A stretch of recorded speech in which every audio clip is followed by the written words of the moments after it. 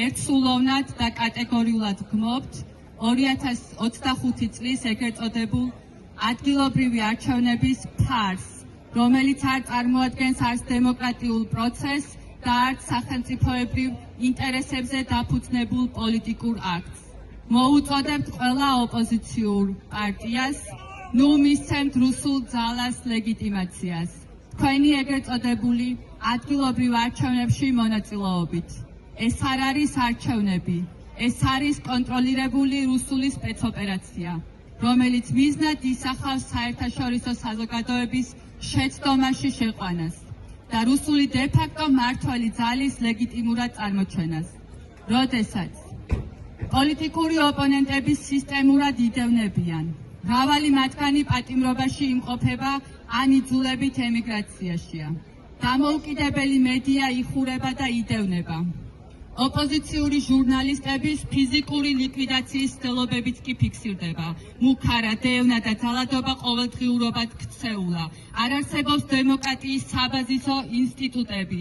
ეგრეთ წოდებული სასამართლო მოქალაქეების დევნასთან და დასჯასთან ასოცირდება, ხოლო ცენტრალური საარჩევნო კომისია უშუალოდ სუსის ბრძანებებით იმართება.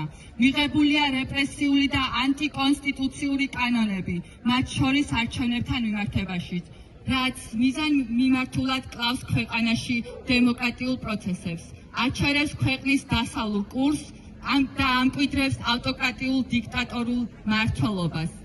საზოგადოებრივი პროტესტი, რომელიც საქართველოს არაერთ ქალაქსა და რეგიონში პერმანენტულად მიმდინარეობს, წარმოადგენს თავისუფლების უკანასკნელ ბასტიონს, რომლის დაცვა თითოეული მოქალაქის და პოლიტიკური ძალის ვალია.